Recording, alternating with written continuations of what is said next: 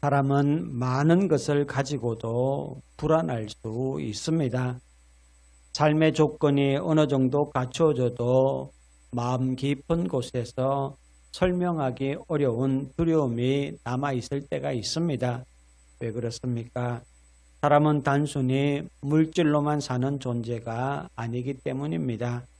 또한 관계만으로도 완전히 채워지지가 않습니다.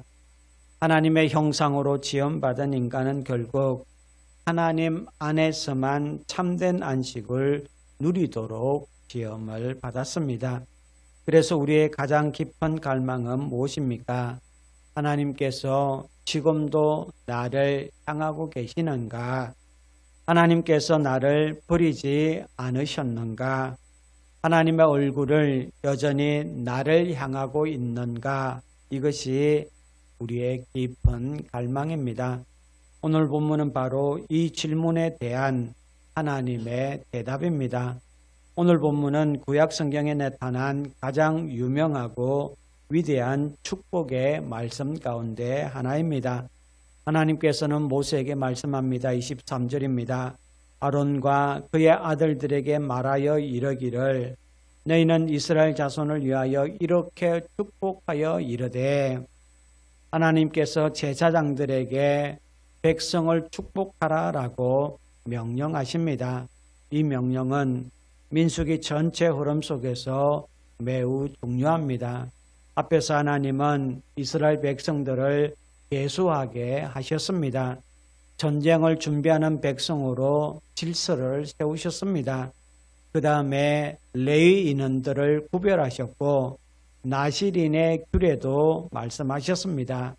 이 모든 과정은 이스라엘이 단순한 무리가 아니라 하나님께 속한 거룩한 백성으로 세워지고 있음을 보여줍니다.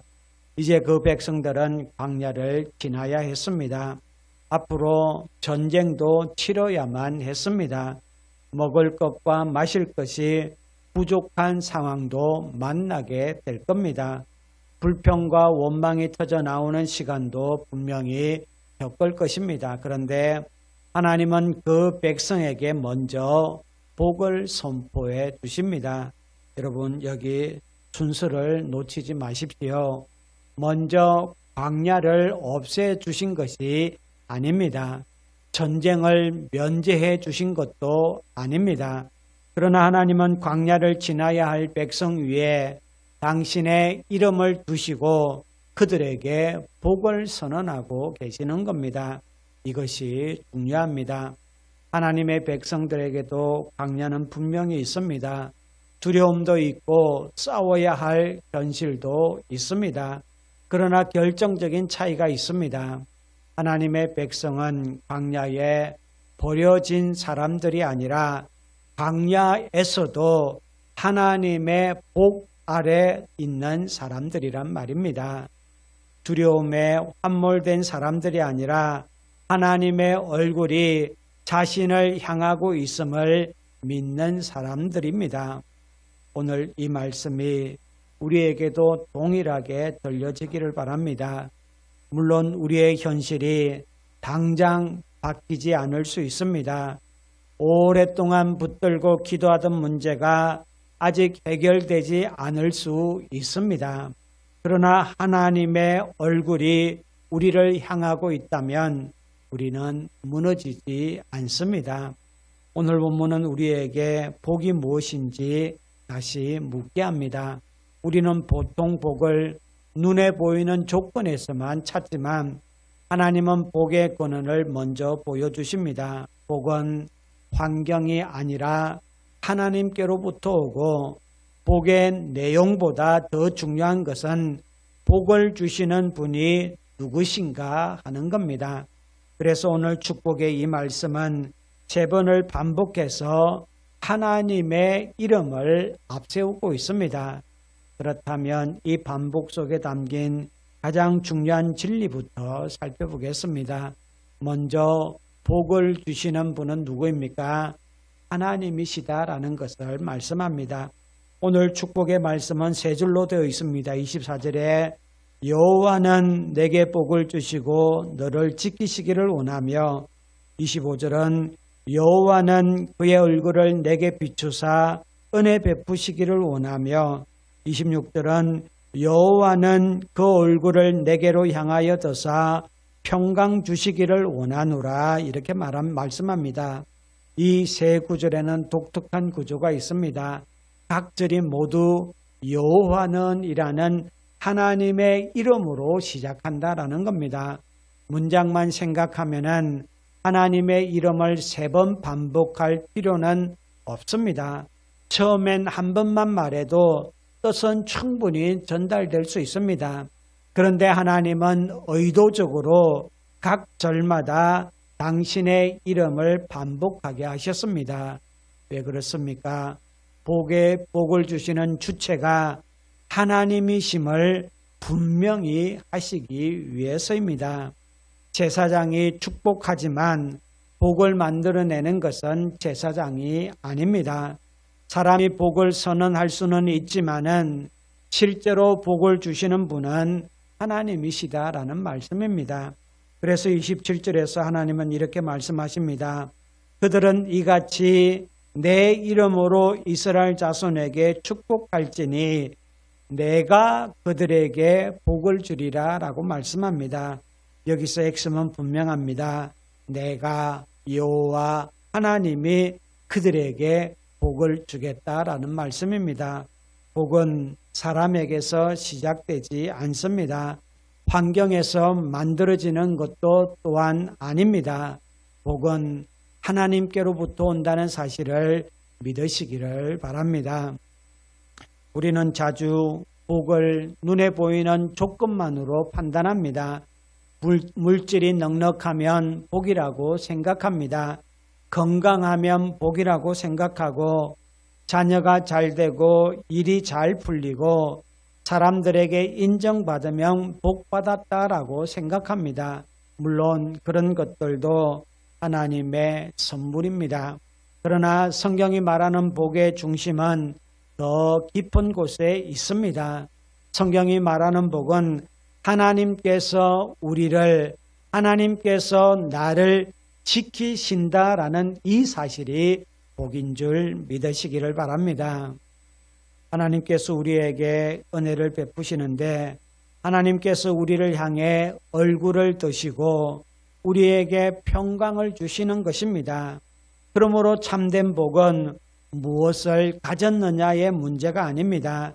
하나님과 어떤 관계 안에 있느냐의 문제입니다. 사람이 아무리 많은 것을 가져도 하나님과의 관계가 끊어졌다면 참된 복을 누릴 수가 없습니다. 반대로 현실이 어렵고 가진 것이 부족해 보여도 하나님께서 그 사람을 향해 얼굴을 드시고 계신다면 그는 복된 사람입니다. 오늘 본문은 우리에게 복의 기준을 다시 세워줍니다. 복은 분명히 하나님께 있습니다. 그리고 하나님은 자기 백성에게 복 주시기를 기뻐하십니다. 그렇다면 하나님께서 자기 백성에게 주시는 복은 구체적으로 무엇입니까? 오늘 축복문은 그 복을 막연하게 말하지 않습니다. 하나님께서 주시는 복이 우리의 삶 속에서 어떻게 나타나는지를 보여줍니다. 그런가 하면은 하나님께서 복을 주시는 백성을 하나님께서 친히 붙드시고 보호해 주신다라고 말씀합니다. 24절을 다시 한 목소리로 읽어보도록 하겠습니다. 24절입니다. 여호와는 내게 복을 주시고 너를 지키시기를 원하며 여기에는 두 가지 내용이 함께 나옵니다. 하나님께서 복을 주시고 하나님께서 지키십니다. 우리가 먼저 생각해야 할 것은 성경에서 말하는 이 복의 의미입니다. 우리가 누군가에게 축복합니다라고 말할 때에 그 말은 대개 좋은 바램을 담고 있습니다. 그런데 구약 성경에서 축복은 단순한 바램 이상입니다. 하나님의 이름으로 선포되는 복은 그 복을 이루시는 하나님의 능력에 근거한 선언입니다. 창세기 27장을 보면은 이삭이 야곱을 축복하는 장면이 나옵니다. 에서가 뒤늦게 와서 자신에게도 축복해 달라라고 했을 때에 이삭은 이미 야곱에게 축복했기 때문에 그 축복이 그대로 이루어질 것이다 라고 말합니다. 이 장면은 구약에서 축복이 단순한 덕담이 아니라 실제적이고 예언적인 성격을 가진다는 것을 우리에게 분명히 보여줍니다. 그런가 하면 창세기 48장과 49장에서도 야곱이 요셉의 두 아들과 자기 아들들을 축복합니다. 그 축복 역시 단순한 아버지의 소원이 아닙니다. 앞으로 그들에게 이루어질 하나님의 뜻을 담고 있습니다. 그러므로 민수기 6장에서 오늘 본문에서 제사장이 백성을 축복한다는 것은 제사장이 자기 능력으로 복을 만들어낸다라는 뜻이 아닙니다. 제사장은 하나님의 이름으로 복을 선포할 뿐입니다. 그리고 하나님께서 그 복을 이루십니다. 하나님께서 복을 주신 백성에게 약속하신 첫 번째 은혜가 무엇입니까? 바로 지키심입니다. 지키신다라는 이 말은 돌보시고 보호하신다라는 뜻입니다. 신명기 32장 10절은 하나님께서 자기 백성을 어떻게 지키시는지를 말씀하는데 찾아서 함께 읽어보도록 하겠습니다. 신명기 32장 10절입니다. 자기 백성을 어떻게 지키시는지를 말씀을 하고 있습니다. 신명기 32장 10절입니다. 함께 읽겠습니다. 여호와께서 그를 항무지에서 짐승이 부르짖는 광야에서 만나시고 호위하시며 보호하시며 자기의 눈동자같이 지키셨도다. 여기 보십시오. 하나님은 자기 백성을 눈동자같이 지키신답니다. 눈동자는 우리 몸에서 가장 민감하게 보호되는 부분입니다. 작은 먼지만 들어와도 온몸이 반응합니다. 위험이 가까이 오면은 눈은 본능적으로 어떻게 됩니까? 감기게 됩니다. 하나님께서 자기 백성을 그렇게 지키신다라고 말씀합니다. 성도 여러분, 우리는 스스로를 지키기에는 너무나 연약합니다. 마음은 쉽게 흔들리고 믿음도 자주 약해집니다. 작은 말 한마디에 상처를 받고 조금만 환경이 어려워져도 두려워합니다. 그러나 하나님은 자기 백성을 결코 방치하지 않습니다. 하나님께서 복을 주신 사람을 하나님께서 끝까지 붙드십니다. 이 지키심은 단지 하루의 안전만을 의미하지 않습니다. 더 깊이 보면은 하나님께서 시작하신 구원의 일을 끝까지 완성하시는 은혜입니다. 우리가 주님을 붙드는 것보다 더 중요한 사실은 주님께서 우리를 붙들고 계신다는 사실입니다. 우리의 손은 약해서 놓칠 수 있습니다. 그러나 주님의 손은 자기 백성을 어떤 순간에도 놓치지 않습니다. 그러므로 성도는 두려움에 지배당하지 않을 수 있습니다. 현실을 가볍게 여기라는 말이 아닙니다. 문제가 없다는 뜻도 아닙니다. 그러나 문제보다 크신 하나님께서 자기 백성을 지키신단 말입니다.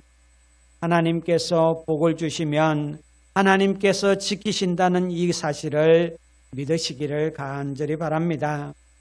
그런데 하나님의 복은 우리를 위험에서 지켜주시는 데서 멈추지 않습니다.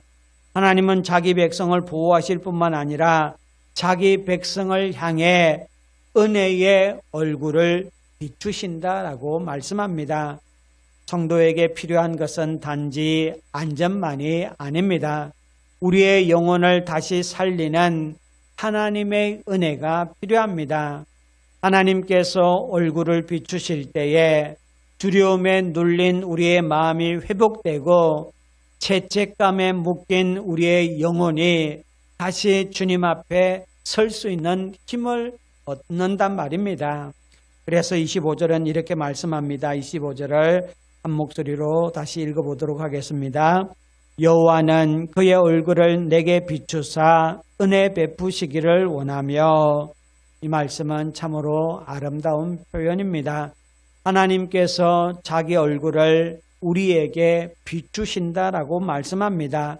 이 표현은 쉽게 말하면은 하나님께서 자기 백성을 향해 기쁨으로 얼굴을 드신다는 이런 뜻입니다. 공동번역 성경은 야훼께서 웃으시며 라고 이렇게 번역했습니다. 하나님께서 자기 백성을 향해 얼굴을 비추신다는 것은 하나님께서 자기 백성을 호의와 기쁨으로 바라보신다라는 이런 뜻입니다. 성도 여러분, 이것은 매우 놀라운 말씀입니다. 우리는 나 자신을 너무나 잘 압니다. 내 안에 얼마나 많은 연약함이 있는지, 겉으로는 괜찮은 척하지만 속으로는 얼마나 자주 무너지는지 너무나 잘 알고 있습니다. 말씀대로 살고 싶지만 실제 삶의 현장에서는 얼마나 자주 실패하는지도 우리는 잘 알고 있습니다. 그런데 하나님께서 이런 우리에게 얼굴빛을 비추시고 은혜를 베푸신다라고 말씀합니다. 이것이 어떻게 가능합니까? 우리 안에 하나님을 기쁘시게 할 만한 의가 있어서가 아닙니다. 우리의 순종이 완전해서도 아닙니다. 오직 예수 그리스도 때문입니다. 하나님께서는 그리스도 안에 있는 신자를 보실 때에 우리의 죄와 허물만 보지 않습니다. 우리에게 전가된 그리스도의 의를 보시는 것입니다. 우리는 여전히 부족하지만 그리스도 안에서 의롭다 하심을 받은 자들입니다. 여전히 우리는 연약하지만 그리스도 안에서 하나님의 자녀가 된 자들입니다. 이것이 은혜입니다. 은혜는 받을 자격이 없는 자에게 주어지는 하나님의 호의입니다. 은혜는 우리가 결심한다고 만들어낼 수 있는 것이 아닙니다. 우리가 노력해서 하나님께 빼앗아 오는 것도 아닙니다. 은혜는 하나님께서 거저 베푸시는 것입니다. 그래서 시편 123편 2절은 이렇게 고백합니다. 상전의 손을 바라보는 종들의 눈같이, 여주인의 손을 바라보는 여종의 눈같이 우리의 눈이 여호와 우리 하나님을 바라보며 우리에게 은혜 베풀어 주시기를 기다리나이다. 성도는 은혜를 만들어내는 사람이 아니라 은혜를 기다리는 사람들입니다. 은혜를 구하고 은혜를 의지하고 은혜 없이는 살 수 없음을 날마다 고백하는 사람이란 말입니다.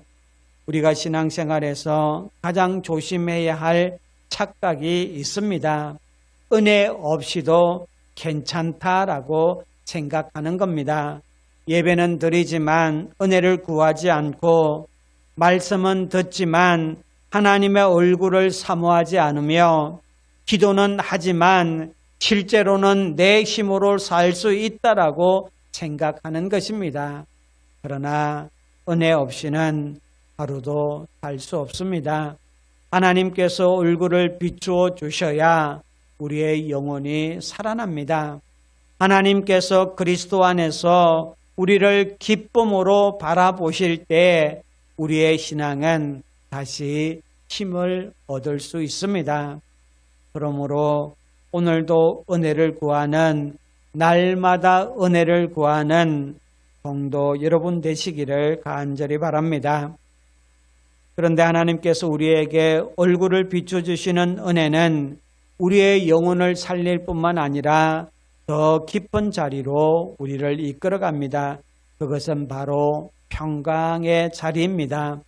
하나님은 자기 백성을 향해 얼굴을 비춰주실 뿐만 아니라 그 얼굴을 우리에게 향하여 드십니다. 다시 말해 우리를 무심히 스쳐보시는 것이 아니라 사랑과 관심으로 주목하여 바라보신다라는 뜻입니다.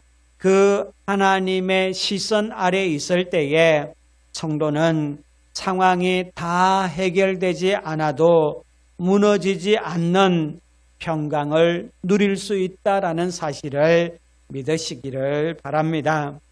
그래서 26절은 이렇게 말씀합니다. 여호와는 그 얼굴을 내게로 향하여 드사 평강 주시기를 원하노라. 이제 축복의 내용은 절정에 이릅니다. 하나님께서 그 얼굴을 우리에게 향하여 드십니다. 그리고 우리에게 평강을 주십니다. 얼굴을 내게로 향하여 드신다는 이 말은 하나님께서 자기 백성을 주목하여 보신다라는 뜻입니다. 무침이 스쳐 지나가듯 보시는 것이 아니라 관심과 사랑으로 바라보신다는 뜻입니다. 어린아이가 그런 말을 할 때에 부모는 아이를 계속해서 바라봅니다. 혹시 넘어지지 않을까? 혹시 위험한 곳으로 가지 않을까? 다치지 않을까? 주목합니다. 아이는 부모의 시선이 자기에게 있다라는 것만으로도 안심합니다. 하나님께서 자기 백성을 그렇게 바라보신다라는 겁니다. 우리의 걸음을 아시고 우리의 눈물을 아시며 말로 다 표현하지 못한 마음의 그 무게까지 아십니다. 그 하나님께서 우리에게 주시는 복의 절정이 바로 평강입니다. 여기서 말하는 평강은 히브리어로 샬롬입니다. 샬롬은 단순히 갈등이 없는 상태나 문제가 사라진 상태를 뜻하지 않습니다. 성경이 말하는 샬롬은 온전함이고 충만함입니다.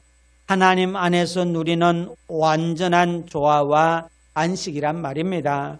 다윗이 시편 23편 1절에서 고백한 말이 바로 이 사실을, 이 샬롬을 잘 보여줍니다. 여호와는 나의 목자시니 내게 부족함이 없으리로다. 다윗의 인생에 문제가 없었다라는 뜻이 아닙니다. 그의 삶에는 도망의 시간도 있었고 배신의 시간도 있었고 눈물의 시간도 있었습니다. 그러나 다윗은 여호와께서 자신의 목자이시기 때문에 부족함이 없다라고 고백하고 있습니다. 이것이 성경이 말하는 평강, 샬롬입니다. 평강은 모든 상황이 내 뜻대로 정리될 때에만 오는 것이 아닙니다. 물질이 넉넉해지고 관계가 편안해지고 미래가 완전히 보장될 때에만 누릴 수 있는 것이 아니란 말입니다. 성경이 말하는 평강은 하나님께서 나의 목자가 되시고 하나님의 얼굴이 나를 향하고 있음을 믿을 때에 누리는 평강이란 말입니다. 주님께서도 십자가를 앞두고 제자들에게 이 평안을 약속하셨습니다. 요한복음 14장 27절을 찾아서 함께 읽어보도록 하겠습니다. 요한복음 14장 27절입니다. 주님께서 십자가를 앞에 두고 제자들에게 이 평안을 약속하십니다.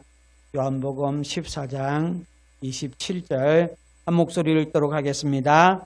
평안을 너희에게 끼치노니 곧 나의 평안을 너희에게 주노라. 내가 너희에게 주는 것은 세상이 주는 것과 같지 아니하니라. 너희는 마음에 근심하지도 말고 두려워하지도 말라. 여기 보십시오. 주님이 주시는 평안은 세상이 주는 평안과 다르답니다. 세상은 조건이 맞아야 평안을 줍니다. 문제가 사라져야 평안하고 내 뜻대로 되어야 평안합니다. 그러나 주님은 환난 가운데서도 평안을 주십니다.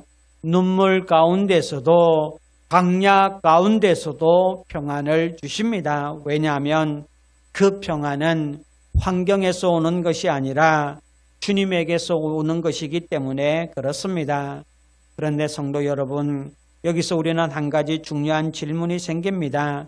하나님께서 주시는 복이 이렇게 분명하고 그 복의 절정이 하나님 안에서 누리는 평강이라면은 왜 우리는 여전히 다른 복을 더 붙들려고 하는 것이냐 말입니다.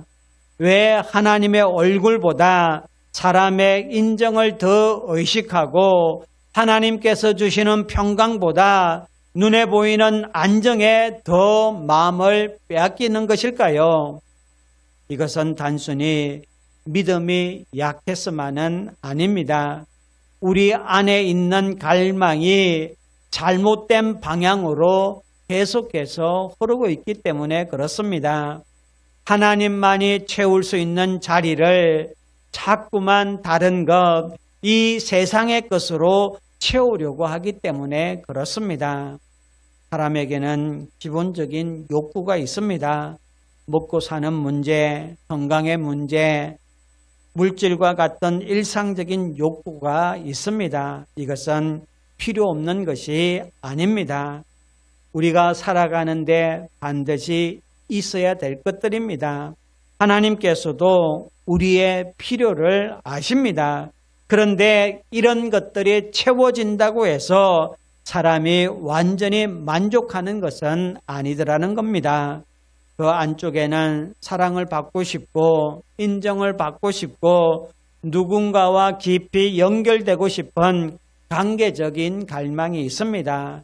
가정의 화목과 따뜻한 인간관계, 공동체 안에서의 소속감도 우리에게 분명히 필요합니다. 하지만 이것마저도 인간의 가장 깊은 갈망을 완전히 채우지 못합니다. 인간의 중심에는 하나님만이 채울 수 있는 갈망이 있습니다. 하나님의 형상으로 지음받은 사람은 하나님 안에서만 참된 안식을 얻는다는 사실을 믿으시기를 바랍니다. 어거스틴은 고백록에서 이렇게 고백했습니다. 주께서 우리를 주를 위하여 지으셨으므로 우리의 마음은 주 안에서 안식할 때까지 평안하지 않습니다. 이렇게 고백했습니다.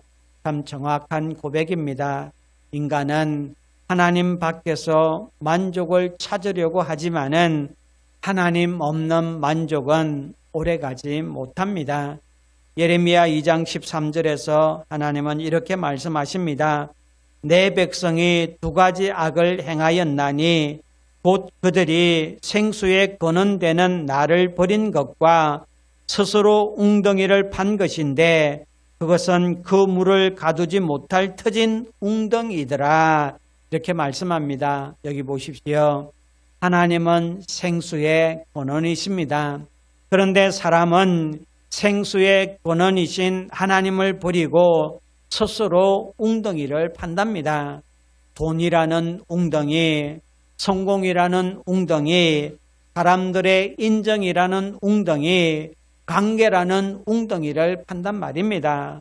처음에는 물이 그 웅덩이에 물이 고이는 것처럼 보입니다. 그러나 그것이 어떤 웅덩이입니까? 터진 웅덩이입니다. 결국 우리를 참된 만족으로 이끌 수 없다라는 겁니다. 그래서 하나님은 때로 우리가 의지하는 것들을 흔드시는데 흔드실 때에 그것을 포기하지 못하고 끝까지 붙들고 있을 때에 고통스럽습니다. 그것은 우리를 무너뜨리기 위해서가 아닙니다. 우리가 파놓은 웅덩이에는 생수가 없다라는 사실을 분명하게 보게 하기 위해서 우리를 무너뜨리는 것입니다. 하나님은 우리를 생수의 근원으로 부르십니다. 더 많은 것을 가지라는 부르심이 아니라 하나님의 얼굴을 구하라는 부르심입니다. 그리고 하나님의 얼굴이 우리를 향할 때에 비로소 우리의 영혼은 참된 평강을 누리게 된다는 사실을 믿으시기를 바랍니다. 그렇다면 마지막으로 우리는 가장 중요한 질문이 남아 있습니다. 우리가 어떻게 이 복을 받을 수 있습니까?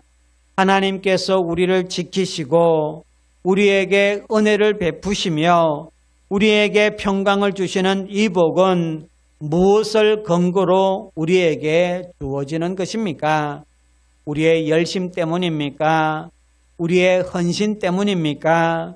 우리의 경건이 충분하기 때문입니까? 아닙니다.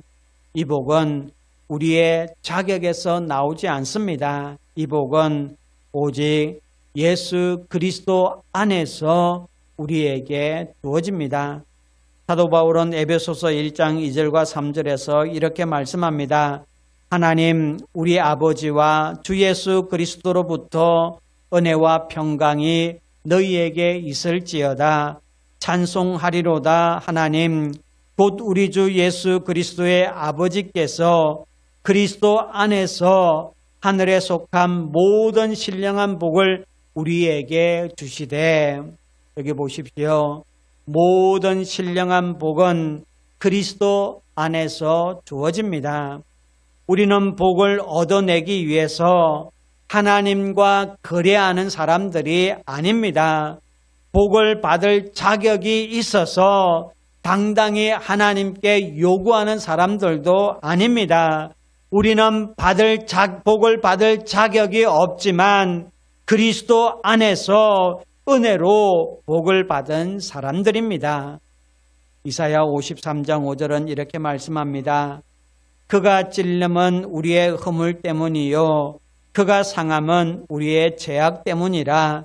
그가 징계를 받음으로 우리는 평화를 누리고 그가 채찍에 맞음으로 우리는 나음을 받았도다. 우리가 평화를 누리게 된 이유가 무엇입니까? 그리스도께서 징계를 받으셨기 때문입니다. 우리가 은혜를 누리게 된 이유는 그리스도께서 우리의 죄를 다 담당하셨기 때문입니다. 하나님께서 우리를 은혜로운 시선으로 바라보시는 이유가 무엇입니까? 십자가에서 예수님께서 우리 대신 하나님의 심판을 다 받으셨기 때문입니다. 예수님은 십자가 위에서 외치셨습니다. 나의 하나님, 나의 하나님, 어찌하여 나를 버리셨나이까? 그리스도께서 버림을 받으셨기에 우리는 주님으로부터 버림을 받지 않았습니다. 그리스도께서 십자가의 어둠을 다 담당하셨기에 우리는 이제 하나님의 외면이 아니라 하나님의 은혜로운 시선 아래 살아갈 수 있게 되었습니다. 그리스도께서 징계를 받으셨기에 오늘 우리는 평강을 누립니다. 그러므로 민수기 6장의 제사장적 축복은 궁극적으로 예수 그리스도 안에서 완성됩니다. 구약의 제사장은 하나님의 이름으로 백성을 축복했습니다. 그러나 참되고 완전한 대제사장이신 예수 그리스도께서 자기 피로 우리를 하나님께로 인도하셨습니다. 그러므로 이제 그리스도 안에 있는 사람은 하나님의 복 아래 있는 사람인 줄 믿으시기를 바랍니다. 성부 하나님은 그리스도 안에서 우리에게 복을 주십니다. 성자 예수님은 십자가와 부활로 그 복의 길을 여셨습니다. 성령 하나님은 그 복을 우리의 마음에 알게 하시고 우리의 삶의 현장 속에서 누리게 하십니다. 그러므로 주일 예배 가운데 축도를 받을 때에 우리는 그것을 단순한 예배의 마무리 인사로 들어서는 절대로 안 됩니다. 축도는 이제 예배가 끝났습니다라는 말이 아닙니다. 하나님의 이름으로 선포되는 복의 선언입니다. 하나님께서 자기 백성을 지키십니다. 하나님께서 자기 백성에게 은혜를 베푸십니다. 하나님께서 자기 백성에게 평강을 주십니다. 이 말씀을 믿음으로 받으시기를 간절히 바랍니다. 말씀을 맺도록 하겠습니다. 사랑하는 성도 여러분, 오늘 본문은 광야를 건넌 백성에게 주어진 축복의 말씀입니다. 이스라엘 백성에게 광야가 사라진 것은 아닙니다. 전쟁이 없어진 것도 아니었습니다. 고난이 끝난 것도 아니었습니다. 그러나 하나님께서 그들 위에 당신의 이름을 두십니다. 그리고 말씀하셨습니다. 내가 그들에게 복을 주리라. 내가 너희에게 복을 주리라. 이것이 하나님의 백성들이 붙들어야 될 복입니다. 오늘 우리도 광야를 걷습니다. 말 못할 염려가 있고 오랫동안 해결되지 않는 문제가 있습니다. 이런 문제들로 인하여 신앙이 흔들리는 시간도 있고 마음이 무너지는 날도 수없이 많습니다. 그러나 오늘 말씀은 우리에게 분명히 선포합니다. 하나님의 얼굴이 나를 향하고 있습니다. 세상이 외면해도 하나님은 자기 백성을 외면하지 않습니다. 사람들은 잊어도 하나님은 자기 백성을 잊지 않습니다. 우리가 연약해서 끊임없이 넘어져도 하나님은 그리스도 안에 있는 자기 백성을 버리지 않습니다. 그러므로 복을 얻어내려고 발부둥 치기보다 이미 그리스도 안에서 주어진 이 복을 믿음으로 붙들게 되기를 바랍니다. 사람의 인정의 마음을 빼앗기기보다 하나님의 그 은혜로운 시선으로 나를 바라봐 주시기를 구하십시오. 터진 웅덩이를 파느라 인생을 더 이상 허비하지 말고 생수의 근원이신 하나님께 꼭 붙어 있으십시오. 우리의 참된 복은 분명합니다. 하나님께서 우리를 지키십니다. 하나님께서 나에게 은혜를 베푸십니다. 하나님께서 나에게 평강을 주십니다. 이 복은 세상이 줄 수 없고 세상이 빼앗을 수도 없습니다. 그리스도께서 징계를 받으심으로 우리는 평안을 누립니다. 그리스도께서 버림을 받으심으로 우리는 하나님의 그 은혜로운 시선 아래 서게 되었습니다. 그리스도께서 십자가에서 죽으시고 다시 살아나셨기에 우리는 오늘도 하나님의 자녀로 살아가고 있는 겁니다. 그러므로 사랑하는 성도 여러분, 오늘 이 밤에 다시 믿음으로 고백합시다. 여호와는 나의 목자시니 내게 부족함이 없으리로다. 그리고 이 축복을 믿음으로 받으십시오. 여호와는 여러분에게 복을 주시고 여러분을 지키십니다. 여호와는 그의 얼굴을 여러분에게 비추시고 은혜를 베푸십니다. 여호와는 그 얼굴을 여러분에게로 향하여 드시고 여러분에게 평강을 주십니다. 이 은혜와 평강을 그리스도 안에서 누리며 살아가는 저와 여러분 되시기를 주님의 이름으로 축원합니다.